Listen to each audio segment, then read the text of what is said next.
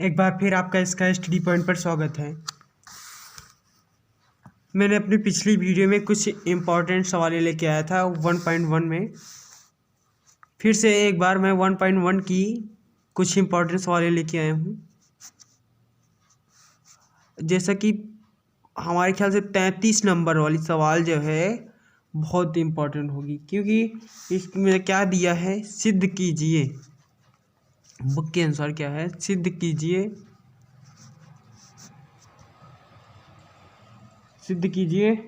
1/√a equal 1/√3।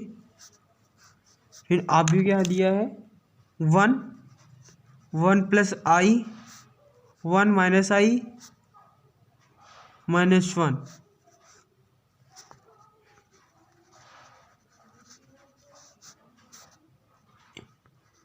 आबियो है तो क्या सिद्ध करना है, इंटू a इक्वल i।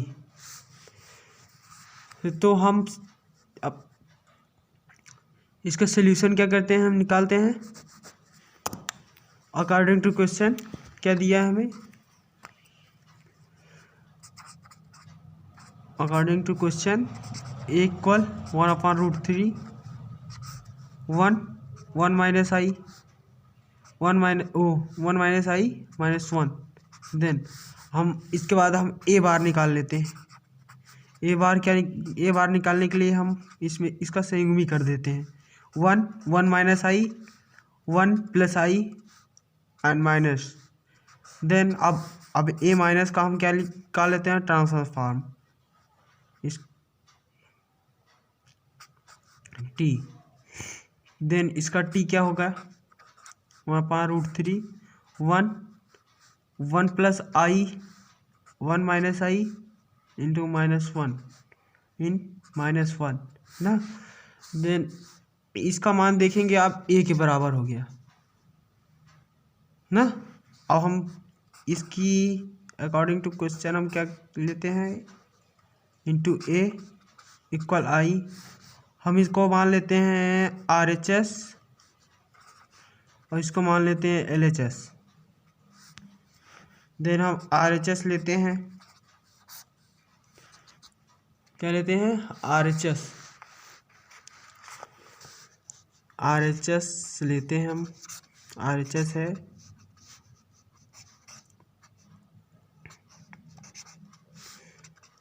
इसकी वैल्यू क्या है हमारी 1/√3 1 plus i and 1 minus i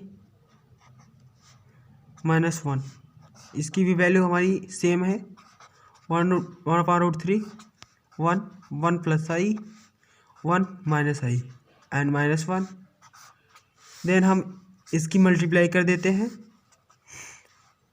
1/√3 into 1/√3 का होगा 1/3। और इसका मैट्रिक्स का इतना तगड़ी ट्रिक बताए थे आपको कि मैट्रिक्स का जो है गुणन 90 डिग्री पे होता है। तो वैसे ही हम यहाँ पर इसका 90 डिग्री पर मल्टीप्लाई कर देते हैं। तो पहली पंक्ति लेते हैं एंड सेकेंड मैट्रिक्स का पहला स्तंभ लेते हैं। तो 1 plus 1 minus i square and then हम क्या करेंगे, फिर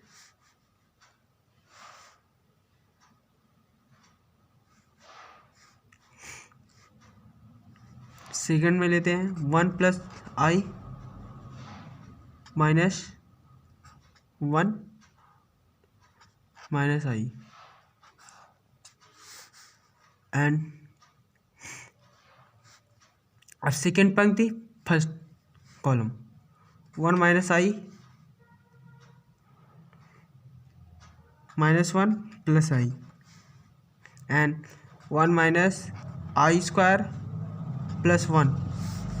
तो क्या होगा 1/3 1 प्लस 1 i स्क्वायर का मान क्या पढ़ लिए, कॉम्प्लेक्स नंबर में क्या था, i स्क्वायर का मान -1। कॉम्प्लेक्स नंबर में हम लोग पढ़े थे i स्क्वायर बराबर -1। तो यहाँ पर -1 रख देंगे तो -1 माइनस प्लस हो जाएगा, तो वहाँ प्लस हो जाता है। और ये 1 से कट गई और ए आई से कट गया, क्योंकि इसके अपोजिट साइन है ना, इसलिए कट जा रहे हैं सभी। देन यहाँ पर जीरो हो जाएगा, यहाँ पर क्या, यहाँ पर भी जीरो, यहाँ पर भी हम रख देते हैं वो आई स्क्वायर के स्थान पे -1, तो +1 हो जाएगा, +1। देन क्या हो गया 1/3, 3 0 0 3। देन हम इसमें कॉमन क्या ले सकते हैं, 3, हम 3 कॉमन ले लेते हैं, तो हमारा बचता है 1 0 0 1। देन 1 0 0 1, ये क्या है, एक ही अवयव है, क्योंकि देखिए यूनिट मैट्रिक्स की परिभाषा हमने बताया था कि जिसका विकर्ण एक हो और शेष अवयव जो हो शून्य हो, शेष अवयव शून्य हो तो हो जाता है यूनिट मैट्रिक्स, इकाई अवयव। तो हम यहाँ पर क्या लिख सकते हैं, आई। देन एक किसके बराबर है, LHS, तो हमारा सिद्ध हुआ किसके बराबर है, LHS। हमारा सिद्ध हुआ क्या, A इंटू A इक्वल आई इति सिद्धम। अब जो है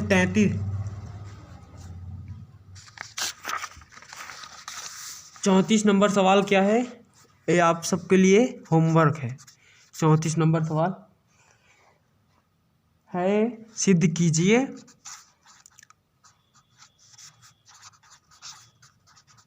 सिद्ध कीजिए 1/√2। बहुत इजी सवाल है, आप कर सकते हैं, हमें बहुत आशा है सबसे, बहुत क्योंकि आप लोग आराम से कर लेंगे यार, इतनी इजी सवाल है। एक आप भी है,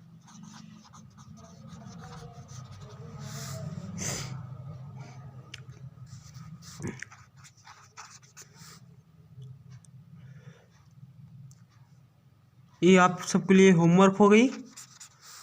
अब हम एक सवाल और बता देते हैं, 36 नंबर, निम्न समीकरण को अवयव विधि से हल कीजिए। इसकी पहली सवाल क्या है, 36 नंबर की पहली सवाल क्या है, x - 2y + 2x = 3, x + 2y - 4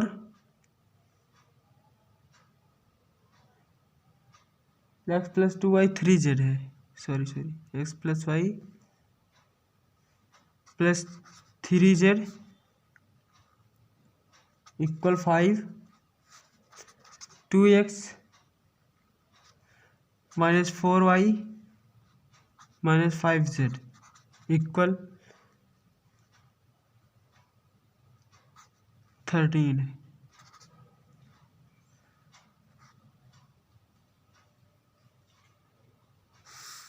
यहाँ पर 2z है। देन हम इंटर में पढ़ चुके थे लीनियर इक्वेशन वाला जो था, उन्हें रैखिक समीकरण का अवयव पढ़ते थे, उसी प्रकार हम यहाँ पर भी हल करेंगे। जैसे a × x = d, तो a क्या होता था, हमारी मैट्रिक्स जो दिया है मैट्रिक्स होती थी, x जो है अचर पद होते थे, x y z। Linear equation से जो मैट्रिक्स को हल करना सीखा था, वैसे यहाँ पर भी है। x का मान x y z and d क्या है, कांस्टेंट वैल्यू जो दिया है, कांस्टेंट वैल्यू रहती है d। देन हम देख लेते हैं यहाँ पर मैट्रिक्स क्या होगी, या इक्वल, यहाँ पर पहला x का मान 1 है और y का क्या है -2 एंड z का 2। देन 1 - 2 एंड 2, 1 2 3 2 4 -4 -5, ये हो गया। देन आप x की वैल्यू क्या निकालते हैं, x y z, और जो है ये समीकरण हम इसको 1 मान लेते हैं, और d कांस्टेंट क्या है 3 5 13। देन हम क्या करते हैं, कांस्टेंट क्या है 3 5 13। देन हम इस इक्वेशन में सबका मान रख देते हैं। a into x equal to d. a का मान क्या है 1 - 2 and 2, 1 2 3 and 2 - 4 and -5 into x y z equal 3 5 13। 3 5 13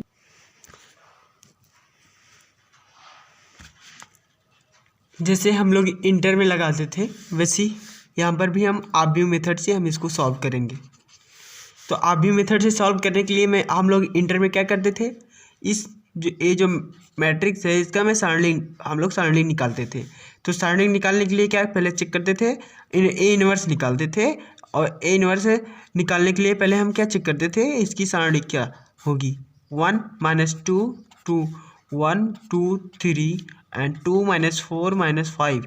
then हम सारणी निकालने के लिए क्या करते थे, पहला हो जाता था, फिर 5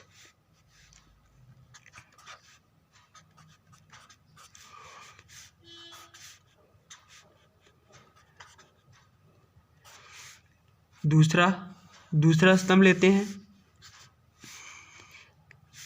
-5 -6 +6 -4 -4। देन क्या इसकी सारणी क्या होगी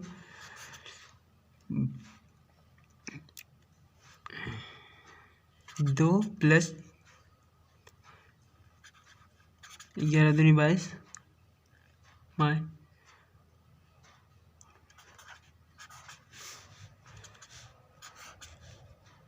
-24 -16 -24 -16 हो गया। तो ये क्या होगा 40 हो गया। Then matrix does not equal to 0, then इसका इन्वर्स निकलेगा। अतः हम लिख देते हैं आबियो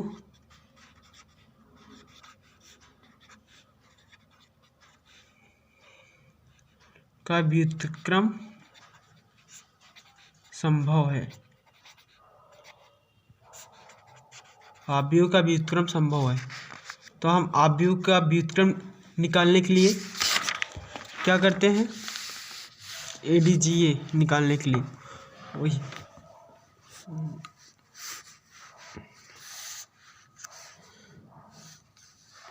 ADGA निकालने के लिए हम आबियो के शाखंड निकाल लेते हैं पहले।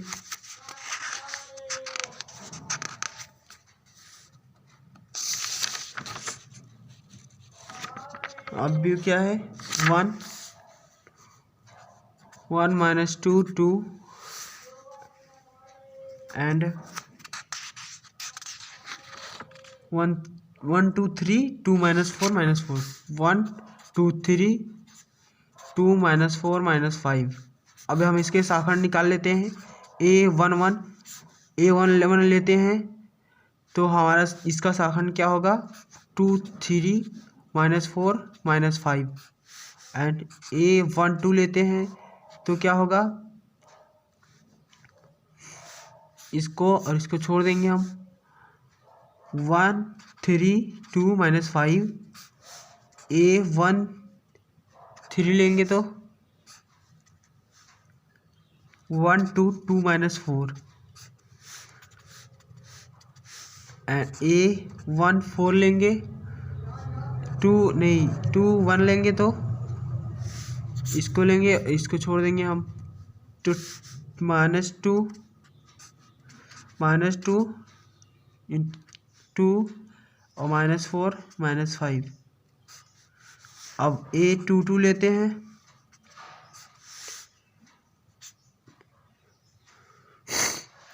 इसको छोड़ेंगे,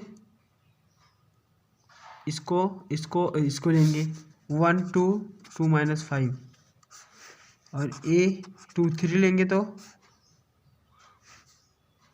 8 2 3 लेते हैं तो 1 माइनस 2 2 माइनस 4 a 3 1 में क्या होगा -2 -2 2 2 3 एंड a 3 2 क्या होगा a 3 2 होगा 1 2 एंड 1 3। वैसे ही हम a 3 3 ले लेते हैं, क्या लेते हैं a 3 3 होगा 1 माइनस 2 एंड 1 2। अब हम इसको सॉल्व करते हैं, -10 प्लस 12 इक्वल 2 एंड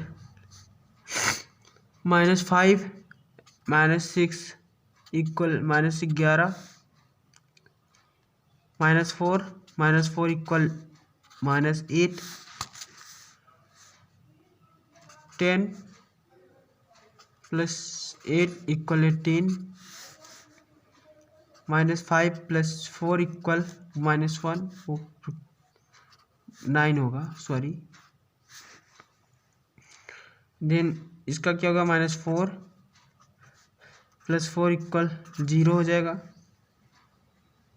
इसका होगा 2 माइनस 2 -6 -4 इक्वल 10 3 माइनस 2 इक्वल 1। इसका होगा 2 प्लस 2 इक्वल 4। देन हमें एक अब इस साखंडित के मदद से मतलब इस साखंडित से हमें एक आव्यूह मिलता है, इसका नाम हम रखते हैं सी की वैल्यू a11 की वैल्यू क्या है 2 -11 -8 18 -9 एंड 0 10 -1 इंटू 4। देन अब हम ADGA निकालते हैं। क्या निकालते हैं ADJA निकालने के लिए हम इसका जो है ट्रांसवर्स कर देते हैं, C इनवर्स मतलब कि वही CT निकाल लेते हैं ट्रांसफर। तो हम इसका जो है रो का कॉलम में, कॉलम का उसमें बदल देते हैं, इसको हम कॉलम में बदल देते हैं 1 -8 एंड 18 -9 0 एंड 10 1 एंड 4 ADGA। अब देखिए हमारा ये इन्वर्स भी निकल गया, मतलब ADGA भी निकल गया। ADGA जो है C के बराबर होता है। तो A इन्वर्स का इक्वेशन क्या पढ़े थे हम लोग 12th में? A इन्वर्स का था फार्मूला क्या था ADJA अपान सारणिक A। तो अब हम यहाँ पर सबका मान रख देंगे,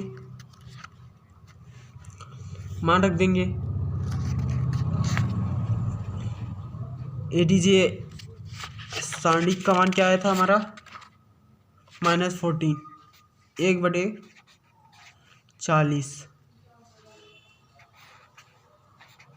2 18 10 -11 -9 1 -8 0 4। देन अब हमें सब कुछ मिल गया है, तो हमारा इक्वेशन क्या था, हमारा इक्वेशन था AX इक्वल D। तो X इक्वल हम D इंटू A इनवर्स भी लिख सकते हैं, X इक्वल 1/A लिख सकते हैं, X equal D upon A। तो हम X D A 1/A को क्या लिख सकते हैं A की पावर -1। देन हम इसको A की पावर 1 -1 कर दें, A हो गया इनवर्स। अब हम क्या करेंगे, डी का मान और जो ए इनवर्स का मान यहाँ रखेंगे हम। ए इनवर्स का मान क्या था, 1/40। ए इनवर्स का मान 1/40, 2 18 10 -11 -9 1 एंड -8 0 4। और डी का मान हम लोग क्या निकाले थे, डी का मान हमारा लोग का था 3 5 13। तो हम 140 को आगे कर लेते हैं, 3 5 13 एंड 2 18 10 -11 -9 1 एंड -8 0 4। अब हम इसका मल्टीप्लाई कर लेते हैं। अब मैट्रिक्स का मल्टीप्लाई हम लोग कर लेते हैं। 1/40 तो हम क्या लेते हैं, इसकी पहले पंक्ति लेते हैं, कॉलम में सभी कॉलम में गुणा कर देते हैं हम।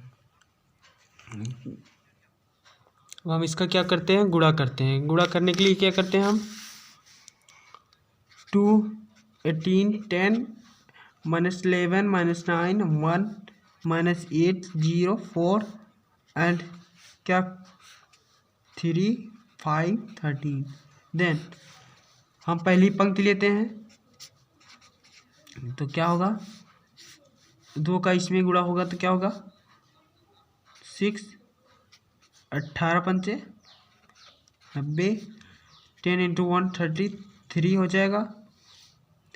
देन -13 -45 और +13 -24 0 +13 चौका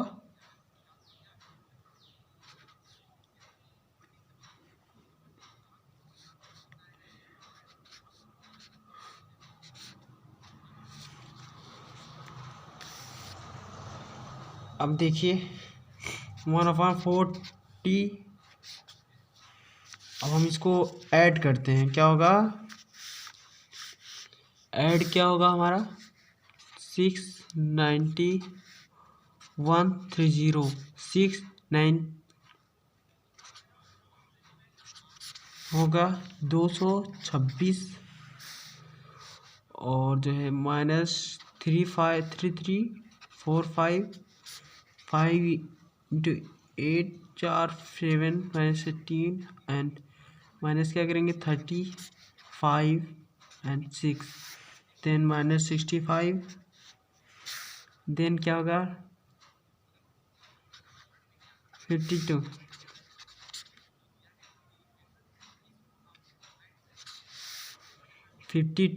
-24 यहाँ पर 8 यहाँ पर 4 - 2 यहाँ पर होगा 28 देन 26/40 65/40 28/40। इसको हम क्या करते हैं, क्रॉस करते हैं। किससे करेगा,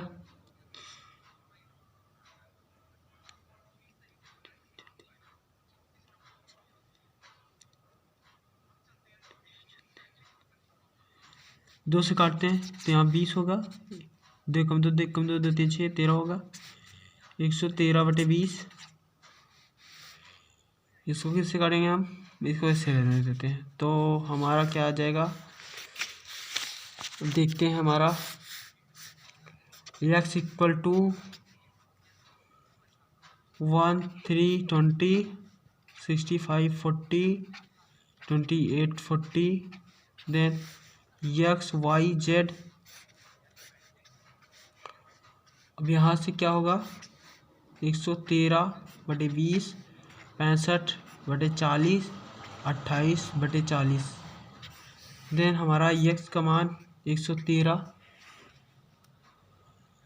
x का मान 113/20 एंड वाई का मान 65/40 एंड जेड का मान 28/40।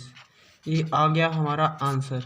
अब हम नेक्स्ट वीडियो में आपको जो है अपनी नई प्रश्नावली शुरू करेंगे 1.2। इसमें कि कुछ इम्पॉर्टेंस वाले हम आपको बताएंगे, इम्पॉर्टेंट क्वेश्चन हम बताएंगे, क्योंकि हमारे पास समय नहीं है, क्योंकि फरवरी या मार्च में एग्ज़ाम होने हैं।